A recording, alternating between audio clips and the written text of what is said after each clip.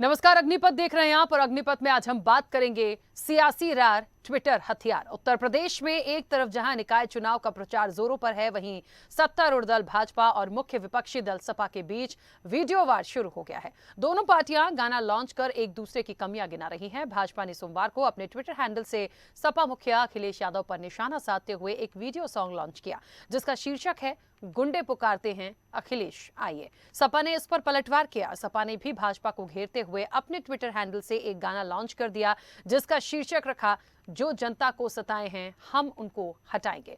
भाजपा ने सॉन्ग के जरिए समाजवादी पार्टी अध्यक्ष अखिलेश यादव पर निशाना साधा है। गाने में मुजफ्फरनगर दंगे, महिलाओं के खिलाफ अपराध, अत्याचार, मुख्तार मामला, गायत्री प्रजापति का भी जिक्र किया गया है। इस गाने के वीडियो में अतीक अहमद को भी दिखाया गया है। भाजपा ने अपने वीडियो के जरिए समाजवादी पार्टी को कानून व्यवस्था के मुद्दे पर घेरने की कोशिश की। उधर सपा की ओर से जारी जवाबी वीडियो गीत में अपने अधिकार के लिए लड़ रहे छात्र और युवा युवतियों पर पुलिसिया लाठीचार्ज को दिखाया गया है। आवारा पशुओं से किसानों को हो रही परेशानी को भी जगह दी गई है। इतना ही नहीं, गाने में मुख्यमंत्री योगी और प्रधानमंत्री नरेंद्र मोदी, दोनों उप मुख्यमंत्री केशव प्रसाद मौर्य और ब्रजेश पाठक को दिखाते हुए उन्हें हटाने की बात कही गई है। वीडियो में अखिलेश सरकार के दौरान बने एक्सप्रेसवे समेत अन्य विकास कार्य की झलक दिखाई गई। कुल मिलाकर निकाय चुनाव को लोकसभा 2024 का सेमीफाइनल माना जा रहा है और इस बार गीतों के जरिए एक दूसरे पर प्रहार की तैयारी है और इस तैयारी में कौन किस पर होगा भारी, ये देखना दिलचस्प होगा। इस चर्चा को मैं आगे बढ़ाऊंगी, उससे पहले सुनिए गीतों के बोल और उस पर प्रतिक्रियाएं।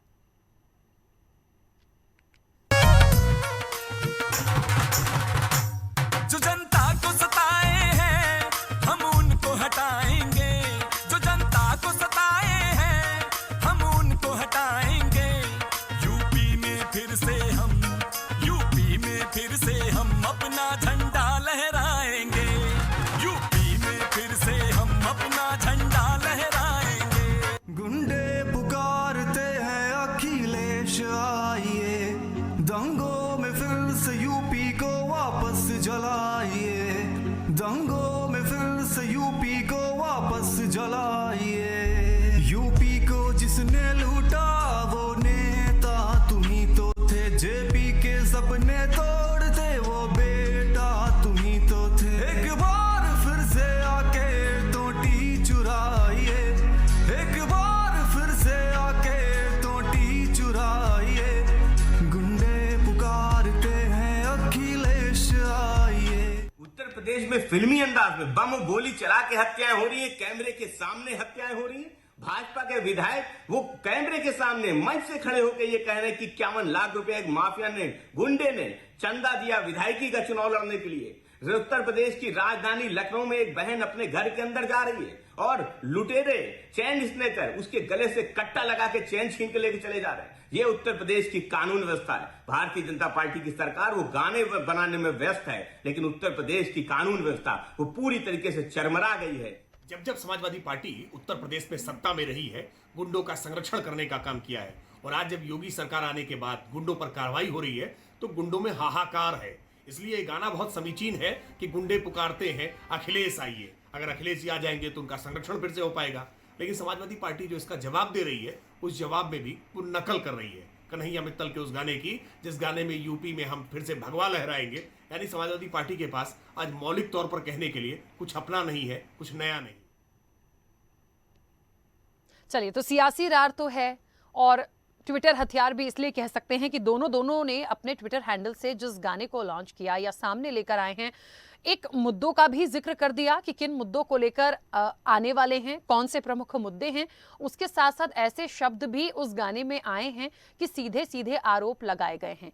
क्या ये ठीक है? क्या किसी के लिए सिर्फ ये एक छवि बना देना कि इन्होंने गुंडे बदमाशों का एक साम्राज्य स्थापित किया या उनको संरक्षण दिया? क्योंकि देखिए, यूपी की सियासत बहुत अलग रही है। ये बात बिल्कुल सही है कि चाहे माफियाओं की बात की जाए, बदमाशों की बात की जाए, निकले तो हैं यहां से, लेकिन क्या उनका वाकई इन सरकारों ने संरक्षण किया? ये एक बड़ा सवाल इन तमाम चीजों के बाद सामने आया है। बहरहाल इसका कितना प्रभाव, इलेक्शन है क्योंकि उसमें पड़ेगा, 24 का लोकसभा सेमीफाइनल है माना जा रहा है, वहां इलेक्शन होंगे, उसमें कितना पड़ेगा, इसी चर्चा को मैं आगे बढ़ाऊंगी। हमारे साथ मेहमान जुड़े हैं। सबसे पहले आपका परिचय करा दें।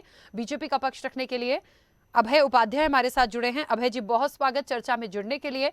समाजवादी पार्टी का पक्ष रखने के लिए सौरभ विश्वकर्मा हमारे साथ जुड़े हैं। सौरभ जी, आपका भी बहुत स्वागत है। चर्चा की शुरुआत सबसे पहले अभय जी आपसे ही करना चाहूंगी। मेरी आवाज पहुंच रही है? जी, आपकी आवाज आ रही है मेरे पास। चलिए अभय जी, मैं सबसे पहले बस ये पहला सवाल मेरा महत्वपूर्ण ये है कि मैंने दोनों के गानों को सुना। ये बात सही है कि मुद्दों को इंक्लूड कर दिया गया है, चाहे माफियाओं की बात आई हो, चाहे महंगाई की बात आई, दोनों को कंबाइन करके कह रही हूँ, चाहे महंगाई की बात हो, माफियाओं की बात हो, कानून व्यवस्था की बात हो, अतीक का मैटर हो, महिलाओं का, सब कुछ आया दोनों के तरफ से जो गाने सामने आए हैं। अखिलेश यादव को जो संज्ञा दी गई भारतीय जनता पार्टी की तरफ से कि फिर से आएंगे तो गुंडों का साम्राज्य बनेगा, या उनको सीधे सीधे उस तरह से जोड़ देना, क्या ये ठीक था?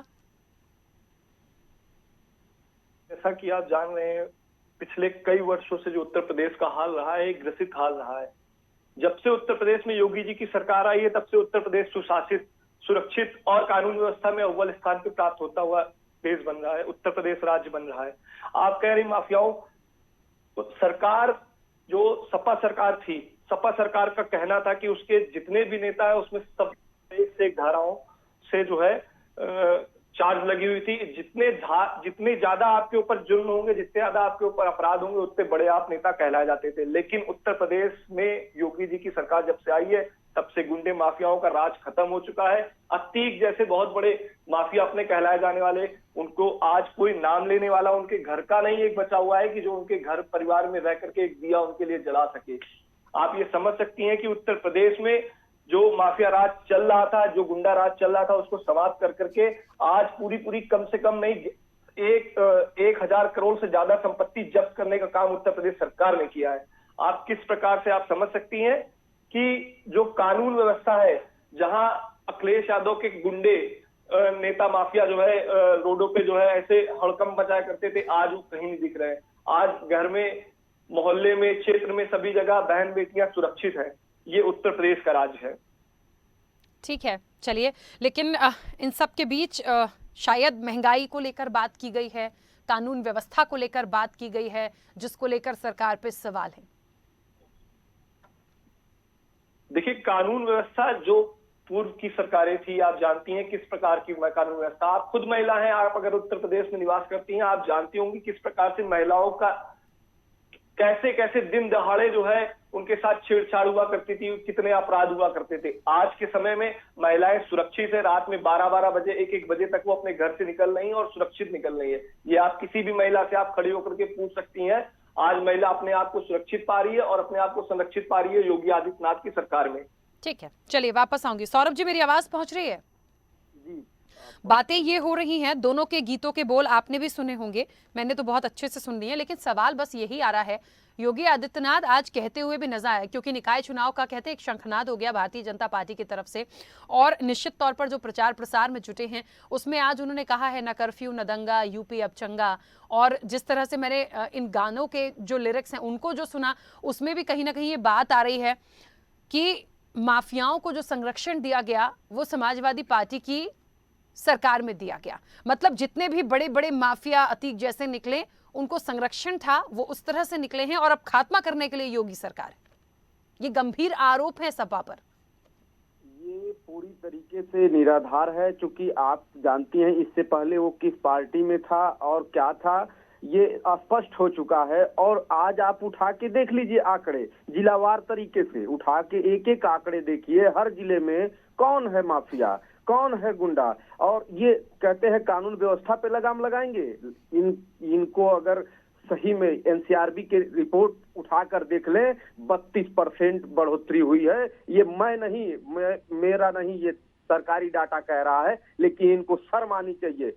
बीजेपी वालों को पूरी तरीके से ये झूठा पार्टी है, झूठ फैलाना चाहती है, दंगा फैलाना चाहती है, द्वेष भावना से ये कार्य करती है, जनता के बीच जाती है, फूट डालती है और उन पे कैसे राज करें ये लगातार ये सब कूटनीति रखते हैं। जैसा कि आज इनके गानों जो इनके ट्विटर हैंडल से लॉन्च किए गए, मैं तो एलन मस्क के कहूंगा, मैं कहना चाहता हूं आपके चैनल के माध्यम से कि इनके चैनल को तुरंत, इनके ट्विटर हैंडल को तुरंत बंद करना चाहिए और इन ऐसे आपत्तिजनक लोगों को दोबारा अपने ट्विटर हैंडल पे किसी भी प्रकार का चैनल नहीं नहीं बनाना चाहिए, बनाने देना चाहिए। मैं यही कहता हूं कि ये सब केवल आपत्तिजनक आरोप प्रत्यारोप लगा सकते हैं, इनके पास कोई काम नहीं है, केवल केवल केवल दिखावा है, झूठ है, फरेब है, जनता को बरगलाने के लिए, जनता को आपस में लड़ाने के लिए, जनता को बीच में से उनको फूट डालने के लिए, यही इनका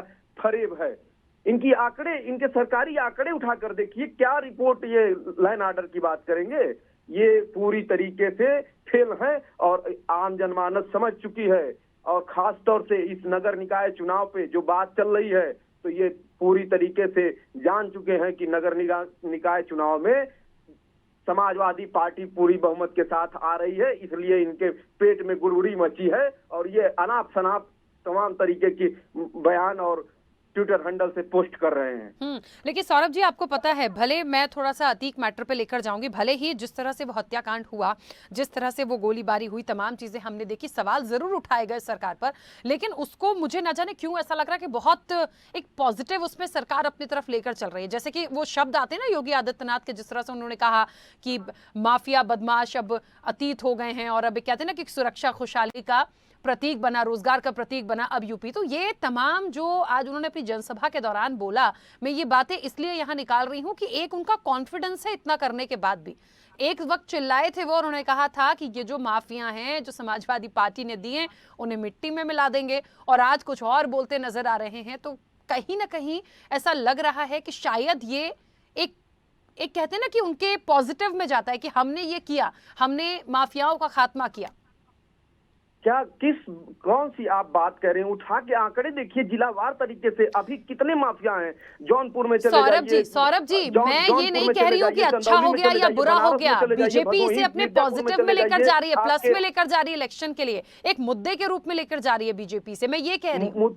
मुद्दा यहाँ नहीं है, मुद्दा ये है कि ये पूरी तरीके से जमीनी हकीकत से बेखबर है और झूठ फरेब फैलाने के लिए आज उठा के देख लीजिए बीजेपी क्या काम की है। जाके देखिए लखनऊ के तमाम सड़कों पे गंदगी ऐसे पड़ी है, नगर निकाय चुनाव आया है, बिजली के बिल जनता के घरों पे कितने चिपकाए जा रहे हैं, हाउस टैक्स कितने चिपकाए जा रहे हैं, और आपके साथ पानी का बिल और तमाम एजुकेशन प्रणाली क्या है उठा के देख लीजिए। एजुकेशन की जो पद्धति है दिन प्रतिदिन बदतर होती जा रही है और जनता को ये कितना वर्गलाएंगे, कितना झूठ फैलाएंगे, ये समझ चुकी है जनता, जान चुकी है कि ये मेरे हक अधिकार की बात नहीं, केवल मुझे बरगलाने का काम करेंगे। इसलिए मैं जनता से आह्वान करना चाहता हूं इस नगर निकाय चुनाव में कि आप बढ़ चढ़ के वोट दीजिए, बीजेपी को इस बार करारा जवाब दीजिए। बीजेपी पूरी तरीके से नाकाम पार्टी हो गई है, जितना भी झूठ फैलाना हो फैला ले, लेकिन अब आने वाली नहीं है दोबारा नगर निकाय चुनाव। परिणाम जैसे आएगा आप देखेंगी कि पूरी की पूरी तरीके से धराशाही नजर आएगी बीजेपी पार्टी। चलिए अभय जी, मुझे ऐसा लगता है कि ठीक है, एक कहते हैं ना कि यदि किसी ने कुछ गलत किया है और उसका खात्मा हो गया है तो ठीक है। अभी ताजा मामला था इसलिए मुझे बार बार इस मुद्दे पे आना पड़ रहा है क्योंकि इस गाने में उसका भी जिक्र था। लेकिन एक बात और भी देखिए, इस पूरे हत्याकांड पे सवाल उठाए गए सरकार पे कि आखिर ये तमाम चीजें कैसी हो गई, कानून प्रशासन जो है, कानून व्यवस्था जो है वो कहाँ थी, इतने लोग थे कुछ नहीं कर पाए। भले उस पर बाद में बहुत कार्रवाई और उसकी बात की गई कि हमने सस्पेंड किया, तमाम चीजें थी, लेकिन इसके बाद भी आपके पार्टी के एक विधायक हैं और उन्होंने भी स्टेटमेंट्स ऐसे दिए थे। अभी मुश्किल से 4-5-6 दिन की बात होगी, मैंने बहुत अच्छे से उस पर एक खबर भी देखी और खुद भी उसको बहुत वो किया था। वो बोलते आ रहे थे कि कहते हैं कि प्रयागराज हो गया, अब सहारनपुर की बारी है, यहाँ के बदमाशों को हटाएंगे। तो आपको नहीं लगता कि भले ये हत्याकांड हुआ, सरकार पे सवाल उठाए गए, कानून व्यवस्था पर सवाल उठाए गए, लेकिन पार्टी के जो वरिष्ठ विधायक हैं वो ऐसे स्टेटमेंट तो ना दें? जो गलत है उनका खात्मा होगा, लेकिन एक कहते हैं ना कानूनी प्रक्रिया के तहत होगा। आप उनको अरेस्ट करेंगे, सजा देंगे, तमाम चीजें होंगी। गोली चला देंगे, मार देंगे, मरवा देंगे, ये ठीक नहीं है। इलेक्शन है, बहुत फर्क पड़ता है। देखिए, इलेक्शन है, जो आप कह रही हैं वो बात जैसे ठीक है, लेकिन जो इलेक्शन की आप बात कर रहे हैं, जैसे सपा सरकार आप देखिएगा 2017 में चिल्ला रही थी, रो रही थी, त्राही त्राही मचा रहे थे कि जनता में त्राही त्राही है, अपराध हो रहा है, ये है वो है, महंगाई। आप देखिएगा 17 निकल गई, 22 निकल गई और अभी आने वाला स्थानीय निकाय चुनाव है। आप देखेंगे भारतीय जनता पार्टी को जितनी जनता प्रेम, स्नेह और प्यार दे रही है, उससे बढ़ करके इस बार रिकॉर्ड मतों से जो है पूरी जितनी भी स्थानीय निकाय चुनाव में मेयरी और सभासदी और नगर पंचायतों सभी पे भारतीय जनता पार्टी का परचम लहराएगा। और ये इनके कहने से नहीं, ये जनता एहसास कर रही है कि उत्तर प्रदेश में किसकी सरकार है, किस तरीके की सरकार है, वो सब देख रही है, समझ रही है, और वो जाएगी, बटन दबाएगी और भारतीय जनता पार्टी का परचम लहराएगा। आप लेकिन देखिएगा। अभय जी, सौरभ जी ने अभी साफ तौर पर कहा कि कोई भी बिजली, पानी या युवक युवतियों के लिए या मतलब एक रोजगार की दृष्टि से, महंगाई की दृष्टि से इस पर कोई बात नहीं कर रहा, इस पर कोई बात नहीं कर रहा। देखिए, सब बात ऐसा नहीं है, खूब रोजगार मिले, क्या है, शिक्षा, टीचर भर्ती हुई, पुलिस भर्ती हुई, इतने रोजगार हुए हैं, ठीक है। युवा स्वावलंबन भारत के तहत जो है, युवा स्वराज के तहत कई सारे युवाओं ने अपना स्टार्टअप चालू किया, कई सारे योजनाओं के तहत, मुद्रा लोन के तहत कई सारे रोजगार स्थापित हुए हैं। उत्तर प्रदेश में आप आके देखिए किस प्रकार से रोजगार युवा और साथी पूरा भाजपा सरकार के साथ स्थापित है, खड़ा है और आगे बढ़ने का पूरा प्रयास कर रहा है। ठीक है, मुझे लगता है बहुत महत्वपूर्ण होगा, जनता से बड़ा कोई नहीं है, निर्णय वही उन्हीं को देना है। और निकाय चुनाव की यदि मैं बात करूं, नगर सरकार की मैं बात करूं, तो वाकई में जनता से जुड़े हुए छोटे छोटे से प्रमुख मुद्दे होते हैं, लेकिन देश में क्या हो रहा है वो भी उसका इम्पैक्ट कहीं ना कहीं पड़ता है। दोनों को बहुत समझ के जनता के मुद्दों पर बात करने की जरूरत है। लेकिन इस तरह गीतों के माध्यम से सिर्फ यदि हम सोचें कि छींटाकशी करके हम अपनी बात पहुंचा देंगे, ये आसान नहीं होगा। धरातल पर जाकर काम करने की, बात करने की जरूरत है, तब जनता आपको समझेगी और वोट देगी। हम सोचे कि हमने बहुत बड़ा सरकार में रहते हुए एक कोई बहुत बड़ी उपलब्धि हमें मिल गई और उस पर हमें सारे वोट आ जाएं, ऐसा नहीं होता। हर इलेक्शन का अपना एक प्रभाव होता है और उसके अकॉर्डिंग काम करना पड़ता है। ठीक है सौरभ जी, अभी अभय जी ने कहा कि हमने बहुत सारे काम किए। हालांकि मुझे ऐसा लगता है कि यदि आपने बहुत सारे काम किए, यदि आपने 100 काम भी मुझे गिना दिए, यदि आपने मुझे 100 काम भी गिनाए, तो उसमें से ये देखा जाता है कि पूरे कितने हुए, धरातल पर कितने आए। यदि आपने फॉर एग्जाम्पल कह दिया कि हमने 10,000 या 25,000 नौकरियां दी हैं, तो दी हैं मतलब उनको मिल गई, क्या वो 25,000 लोग काम कर रहे हैं, या आपने उनका एक कहते ना कि कह दिया, उसमें से कितनों का काम हुआ, ये महत्वपूर्ण है। ये आंकड़े महत्वपूर्ण होते हैं। कोई भी काम इनके सरकार द्वारा अगर युवा कल्याण के लिए, युवा जनमानस के लिए और उत्तर प्रदेश की जनता के लिए अगर हुआ हो, उठा के देखिए आंकड़े क्या कहते हैं। आंकड़े यही दर्शाते हैं कि उत्तर प्रदेश में कितनी बदहाली की स्थिति है। युवा सड़कों पे त्राहिमाम कर रहा है। अगर अपने हक अधिकार के लिए लड़ रहा है तो उसको FIR बड़े बड़े संगीन धाराओं में ये जेल में डालने का काम कर रहे हैं। अगर उनके हक अधिकार की मांग को भी नहीं मांगने दे रहे हैं ये उन्मादी लोग। आप उठा के देखिए, आज नगर निकाय का चुनाव है, आ गया है, लेकिन इनको ये बिल्कुल भी फिक्र नहीं कि जितने भी नगर निकाय चुनाव में क्या क्या होने चाहिए महत्वपूर्ण काम। बिजली का टैक्स लोगों के घरों में जाके पूछिए, जनता से जाके पूछिए, एक एक लोगों से कितनी बड़ी बड़ी लिस्ट आ रही है उनके बिजली के बिल की, पानी की, मकान के बिल की, कितनी संख्या में बिल आ रही है। और एजुकेशन, उनके बच्चों को वोट लेने के लिए तो वोट ले रहे हो, लेकिन उनके बच्चों को दे क्या रहे हो, अच्छी शिक्षा भी नहीं दे पा रहे हो। रोजगार की तो दूर की बात है। आप उठा के देख लीजिए, बड़े बड़े कॉन्वेंट स्कूल के बच्चे, कितनी महंगी महंगी फीस होती जा रही है और एजुकेशन के नाम पे ये बिल्कुल छलावा कर रहे हैं उत्तर प्रदेश की जनता के साथ। जनता समझ चुकी है कि ये सब हमारे हक अधिकार पे कुठाराघात कर रहे हैं और हम इस नगर निकाय चुनाव में बढ़ चढ़ कर समाजवादी पार्टी को वोट करेंगे और इस भाजपा सरकार को, बड़का झूठा पार्टी को बिल्कुल यहाँ से निस्तो नाबूद करेंगे और हटा के भेजने का काम करेंगे। समाजवादी पार्टी को इस बार पूर्ण बहुमत से नगर निकाय चुनाव में जिताने का काम करेगी, यह जनता समझ चुकी है। ठीक है, देखेंगे आने वाले समय में। ऐसा तो अभय जी का भी कॉन्फिडेंस है कि वो इस बार कमल ही खिलेगा, या कह लीजिए कि भारतीय जनता पार्टी ही अपनी नगर सरकार भी बनाएगी। तो खैर ये आने वाले समय की बात है। देखिए, क्योंकि बहुत सारे, मैंने कहा ना, बहुत सारे मुद्दे अलग अलग जगह पे काम करते हैं। अभय जी, अभी जो बातें सौरभ जी कह रहे थे, बहुत सारे ऐसे पॉइंट्स पे वो बात कर रहे थे। अब यदि हम हर चीज के आंकड़े निकाल कर बात करने लगेंगे तो बहुत समय हो जाएगा, लेकिन फिर भी मुझे लगता है सत्ता पक्ष में है, वो विपक्ष में है, तो उनका महत्वपूर्ण ये बात है, जो मुद्दे उनने उठाए हैं उस पर जवाब देने के लिए तैयार होना होगा सरकार को, पॉइंट टू पॉइंट। देखिए, सरकार हमेशा तैयार है हर चीज का जवाब देने के लिए, लेकिन ये लोग सुनने के तैयार तो हों। ये जब सदन चालू होता है तो लेके झंडा खड़े हो जाते हैं, सुनने को तैयार नहीं होते, बहस करने को तैयार नहीं होते। हमारे उत्तर प्रदेश के योगी आदित्यनाथ सरकार में उन्होंने जो भी काम किया है, सब एक काम को गिनाने के लिए सदन में चर्चा होती है। चर्चा में ये सब खड़े नहीं होंगे, मिलेंगे नहीं, कोई काम नहीं करेंगे तो कैसे काम चलेगा। रही बात, यही गिना दीजिए आप, मैं समझ जाऊंगा।